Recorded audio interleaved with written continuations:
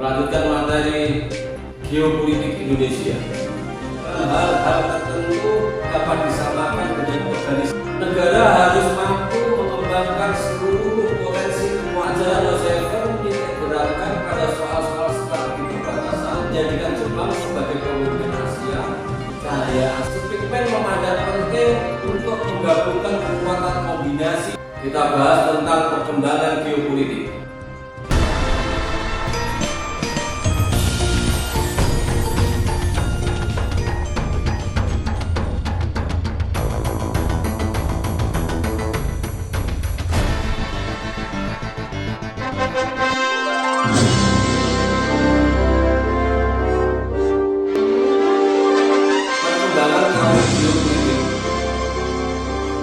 Konsep geopolitik lahir di Jerman pada akhir abad ke-19 atau awal abad ke-20.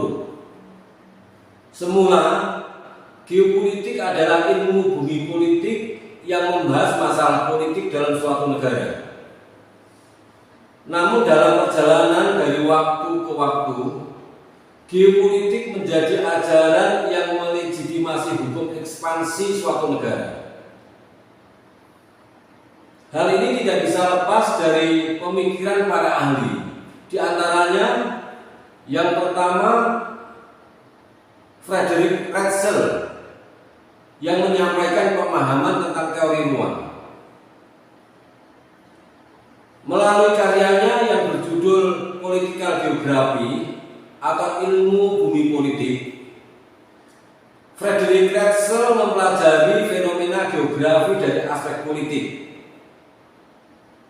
Menurut beliau, bahwa negara dalam hal-hal tertentu dapat disamakan dengan organisme, yaitu mengalami fase kehidupan dalam kombinasi dua atau lebih, antara lahir, tumbuh, berkembang, mempertahankan hidup, mencapai puncak kejayaan, tetapi dapat juga surut dan akhirnya mati.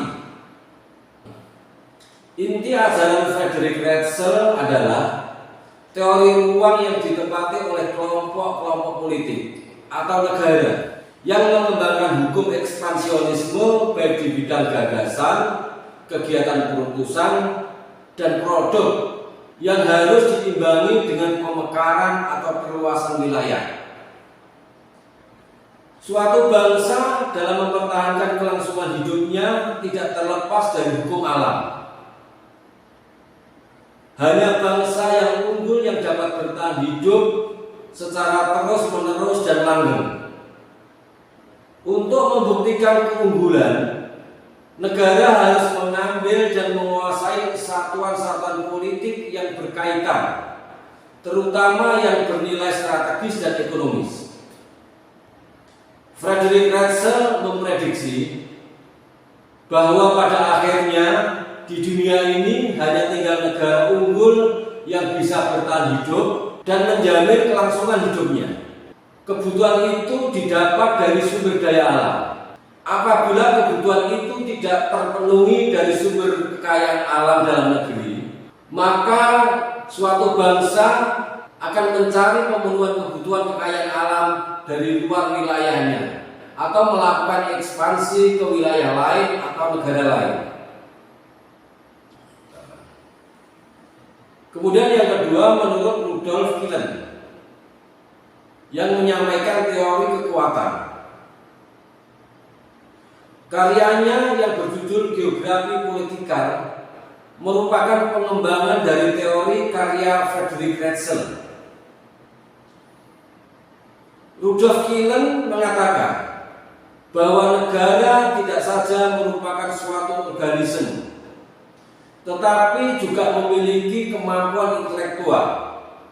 Menurut Rudolf Killen, bahwa negara merupakan suatu sistem politik atau pemerintahan yang dirumuskan melalui 5 pembidana, yaitu yang pertama kartopolitik atau politik pemerintahan, yang kedua ekonomi politik, yang ketiga sosiopolitik, yang keempat demopolitik, dan yang kelima geopolitik.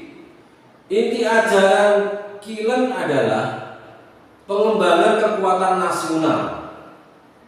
Menurut Rudolf Wilhelm, untuk menjaga kelangsungan hidup suatu bangsa, negara harus mampu mengembangkan seluruh potensi kekuatan nasionalnya untuk mencapai swasembada secara terus-menerus dan tidak bergantung pada sumber pembekalan dari luar. Dampak dari pengembangan kekuatan nasional memberikan dua arti penting, yaitu yang pertama ke dalam dan yang kedua keluar. Yang pertama ke dalam, mampu menumbuhkan kesatuan dan persatuan yang harmonis. Dan yang kedua, dampak yang keluar. Dalam pemekaran wilayah dapat memperoleh batas-batas yang jelas dengan negara-negara di sekitarnya. Rudolf Wilhelm memprediksi bahwa pergulatan antara kekuatan kontinental atau kekuatan darat dengan kekuatan maritim atau kekuatan laut pada akhirnya akan dimenangkan oleh kekuatan kontinental sekaligus menguasai pengawasan di laut. Yang ketiga, pemikiran dari Karl Hocevar dalam teori ekspansionisme. Karl Hocevar mengajarkan paham geopolitik sebagai ajaran ekspansionisme dalam bentuk politik geografi. Ajaran Hocevar menitik beratkan pada soal-soal strategi perbatasan, ruang hidup bangsa dan tekanan rasial, ekonomi dan sosial sebagai faktor yang mengharuskan pembagian baru kekayaan dunia. Pokok-pokok teori Hocevar pada dasarnya merupakan penyempurnaan dari teori Rudolf Wilhelm, yaitu yang pertama, kekuasaan imperium daratan pada akhirnya akan menguasai imperium lautan. Dan yang kedua, akan timbul negara-negara besar di Eropa, Asia, dan Afrika.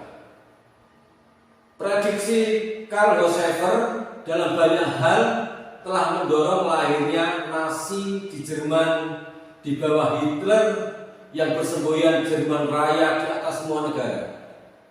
Sedangkan di Asia lahir Calvinisme Jepang dengan semboyan Hakko Ichiu, yaitu menjadikan Jepang sebagai pemimpin Asia, cahaya Asia, dan pelopor Asia, atau yang kita kenal dengan istilah 3A.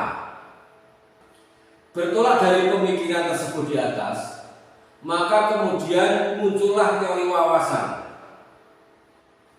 Berdasarkan wilayahnya, teori wawasan dibagi menjadi 3 wilayah, yaitu yang pertama daerah poros atau daerah jantung atau het rimland.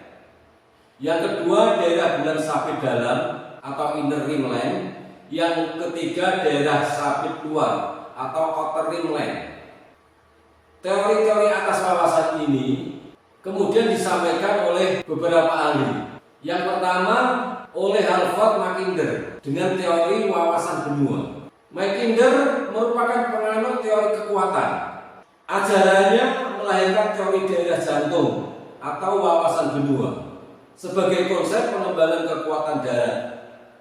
Menurut Mackinder dalam teorinya, apabila ingin menguasai dunia, suatu bangsa harus menguasai daerah jantung, dan untuk itu diperlukan kekuatan darat yang memadai. Daerah jantung menurut Mackinder adalah Rusia dan Eropa Timur.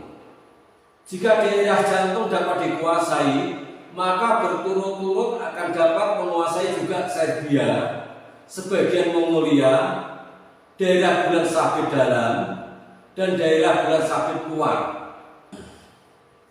Yang kedua, teori yang disampaikan oleh Walter Raleigh dan Alfred Taylor Mahan dalam teori wawasan bahari.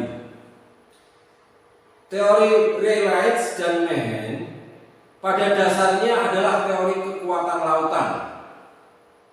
Mereka mengatakan bahwa siapa yang menguasai lautan akan menguasai jalur perdagangan dunia, yang berarti menguasai kekuatan dunia, sehingga akhirnya akan dapat menguasai dunia. Laut berguna untuk kehidupan, dan berbagai sumber kekayaan alam terkandung di dalamnya. Oleh karena itu harus dibangun armada yang kuat untuk menjaga lautan tersebut. Selanjutnya yang ketiga, pemikiran William Michael dan John Frederick Charles Fuller dalam teori wawasan dirgantara. Michael dan Fuller berpendapat bahwa kekuatan udara merupakan kekuatan yang paling menentukan dalam penguasaan dunia. Keunggulan yang dimiliki kekuatan dirgantara adalah daya tangkis yang handal dan mampu menghancurkan kekuatan musuh dalam tempo yang sangat cepat, sangat dahsyat, dan dampaknya sangat luas, sehingga tidak ada kesempatan bagi lawan untuk bergerak menyerang. Kemudian yang keempat, teori yang disampaikan oleh Nicholas J. Speakman dalam teori daerah batas atau rimland. Pandangan Speakman menghasilkan teori daerah batas atau rimland yang juga disebut dengan wawasan kombinasi, yaitu teori yang menggabungkan kekuatan darat, laut, dan udara. Dalam teorinya, Speakman membagi dunia dalam 4 wilayah atau area, yaitu yang pertama, pivot area, mencakup wilayah daerah jantung. Yang kedua, offshore continent line, meliputi wilayah pantai benua Eropa, Asia. Yang ketiga, ocean belt, meliputi wilayah pulau di luar Eropa, Asia, Afrika Selatan. Yang keempat, New World, mencakup wilayah Amerika. Terhadap pembagian tersebut, Speakman memandang penting untuk menggabungkan kekuatan kombinasi dari angkatan-angkatan perang untuk menguasai wilayah-wilayah dimaksud. Prediksi Speakman, Pan-Amerika merupakan daerah yang paling ideal karena dibatasi oleh batas alamiah dan Amerika akan menjadi negara kuat. Bagi bangsa Indonesia tidak dapat menerima rumusan-rumusan yang disampaikan oleh Karl Hocevar dan rumusan-rumusan lain yang pada prinsipnya sama karena bertentangan dengan Pancasila. Bagi bangsa Indonesia, geopolitik merupakan pandangan baru dalam mempertimbangkan faktor-faktor geografis wilayah negara untuk mencapai tujuan nasionalnya.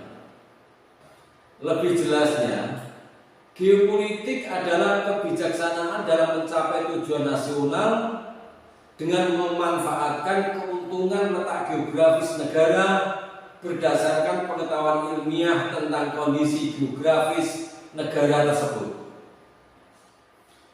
Geopolitik Indonesia dikembangkan sesuai dengan Pancasila, sehingga tidak mengandung unsur-unsur ekspansionisme maupun kekerasan-kekerasan.